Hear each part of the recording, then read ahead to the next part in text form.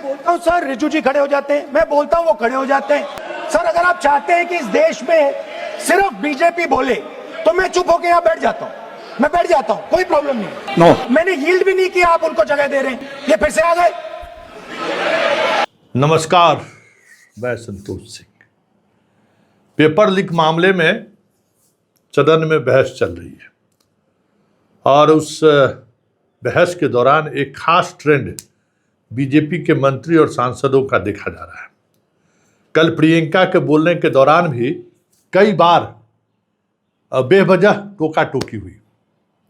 कई मौके पर ऐसा दिखा जैसे प्रियंका की बातों को सदन में रखने से रोकने की एक रणनीति है बीजेपी के मंत्री और सांसदों का। बात आई गई कल, लेकिन आज जब राहुल गांधी नेता प्रतिपक्ष के तौर पर बोलना शुरू किए और पूरे घटनाक्रम की जब चर्चा करनी शुरू की और कैसे सरकार ने तमाम उस भीड़ को नियंत्रित करने के सुप्रीम कोर्ट के कई मौके पर आए जजमेंट को दिल्ली की पुलिस ने अनदेखी की, देश की पुलिस ने अनदेखी की, इसकी चर्चा जैसे ही उन्होंने शुरू की, सदन की कार्रवाई सत्ता पक्ष की तरफ से बाधित करनी शुरू हो गई। अमूमन सत्ता पक्ष इस तरीके की कार्रवाई से बचते हैं। जबरदस्त हंगामा, बात बात पर राहुल को रोक देना, बात बात पर राहुल को रोक देना और उन्हीं बिंदु पर रोकना जहां सवाल पेलेट गन के इस्तेमाल का, 47 के इस्तेमाल का हो, उसी समय उनको बोलने से रोक दिया जा रहा था। कई ऐसे मौके आए जब इन्होंने पेपर लीक के उस सिंडिकेट पर चर्चा करनी चाहिए, जिस सिंडिकेट का रिश्ता कहीं न कहीं सत्तारूढ़ दल के कई नेताओं से है, तो फिर उनको बोलने से रोक दिया गया है। सदन की कार्रवाई से हटाने की बात होने लगी। साफ दिख रहा था या दिख रहा है आज भी कि इस नीट परीक्षा में जो धांधली चल रही है, इस धांधली के पीछे सत्ता पक्ष के नेताओं की क्या भूमिका है या सत्ता पक्ष के लोग कहाँ कहाँ शामिल हैं, कैसे शामिल हैं, प्रिंटिंग प्रेस से लेके नेताओं के कॉलेज तक की चर्चा की बात जैसे ही शुरू होती है, हंगामा शुरू हो जाता है। तो क्या बीजेपी को डर है कि देश जिन बातों को अभी तक समझ नहीं पाई है, राहुल और प्रियंका कि उसको उस तरीके से रखना चाहते हैं, इससे बीजेपी असहज हो जा रही है। क्योंकि 2024 में भी कानून बना था इसी तरीके के हंगामे के साथ, लेकिन उस कानून बनने के बाद भी प्रश्न पत्र लीक बंद नहीं हुआ, बदस्तूर जारी है।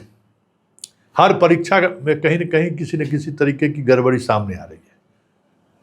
तो ऐसे में यह सवाल उठना शुरू हो गया है कि राहुल और प्रियंका से बीजेपी सदन के अंदर भी डरने लगी है। सवाल होना शुरू हो गया है कि राहुल और प्रियंका की बातों से बीजेपी सदन के अंदर भी अब असहज होने लगा है, जवाब देने की स्थिति में नहीं है। प्रधानमंत्री और गृह मंत्री तो फेस नहीं कर पा रहे हैं। जब जब ये स्थिति आई, प्रियंका कल थी तो गृह मंत्री और प्रधानमंत्री नदारत रहे। आज राहुल गांधी नेता प्रतिपक्ष बोल रहे हैं। अमूमन ये एक कह सकते हैं कि लोकतांत्रिक व्यवस्था में जब भी नेता प्रतिपक्ष अपनी बात रखते हैं तो सदन के नेता जरूर मौजूद रहते हैं, लेकिन आज भी मोदी मौजूद नहीं रहे। क्या कहते हैं, अमित शाह भी नजर नहीं आए। राजनाथ सिंह के जिम्मे पूरे सदन की कार्रवाई को छोड़ दिया है जैसे लग रहा है। आखिर नजर मिलाने से मोदी और शाह क्यों बच रहे हैं राहुल से? आखिर राहुल ऐसा क्या कह दे रहा है जो सीधा टिस मोदी और शाह के दिलो दिमाग पर पड़ता है?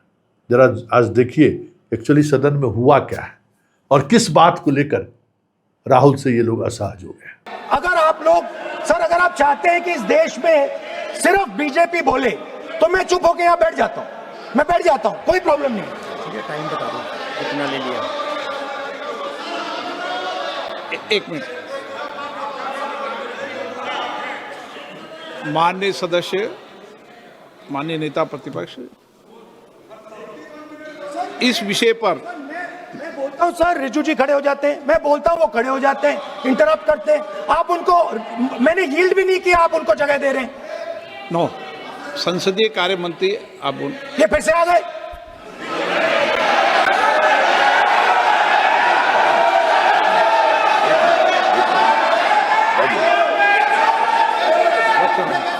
रक्षा मंत्री जी बोलना क्या?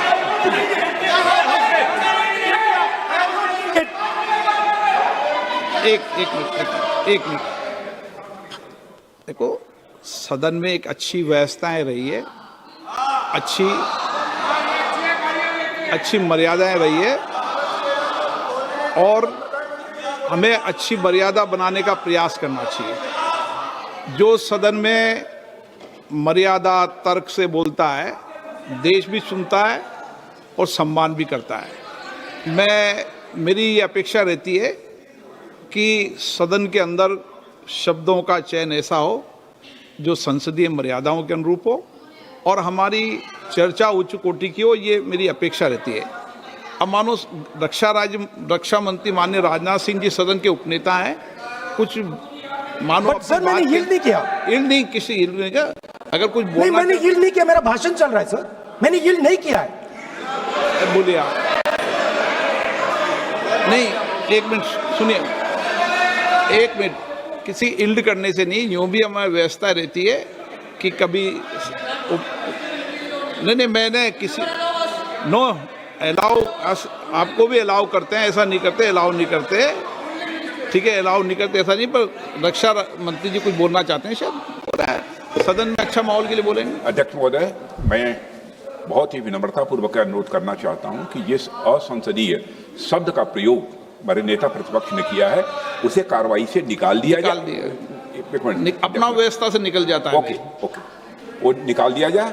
और मैं आप सभी से ये अपील अपने पक्ष से करना चाहता हूं कि इस समय आप शांत रहिए, उनकी बात सुनिए। हाँ, आप बोलिए।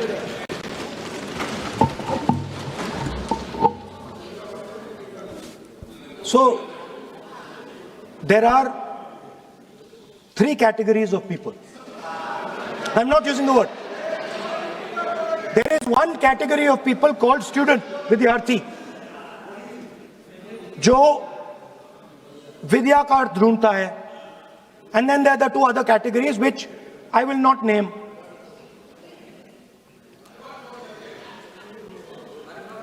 But these categories have natures. So the student is never scared of the truth. He loves the truth, goes towards the truth. Student never uses force against somebody else because he knows that that person's truth is different than my truth. The other category, they do not like the truth. They need an image. They need force. They need violence. Superficially, it looks that our students were upset because of exams. They were upset because of the education system. They were upset because they have to study hours and hours and hours, and then paper leaks. Some rich boy or girl pays 30-40 lakh rupees, gets the paper, gets the job, and जो middle class का गरीब student है, ईमानदार है, वो bypass हो जाता है. So they are upset because of these things. And our system is terrible. It's terrible, it's cruel. Lakhs and lakhs of rupees are taken from the poorest people. Everything has been privatized. Paper leaks. In one exam, something happens. In another exam, something else happens. Some people are allowed re-exam, some people are not allowed re-exam. Rampant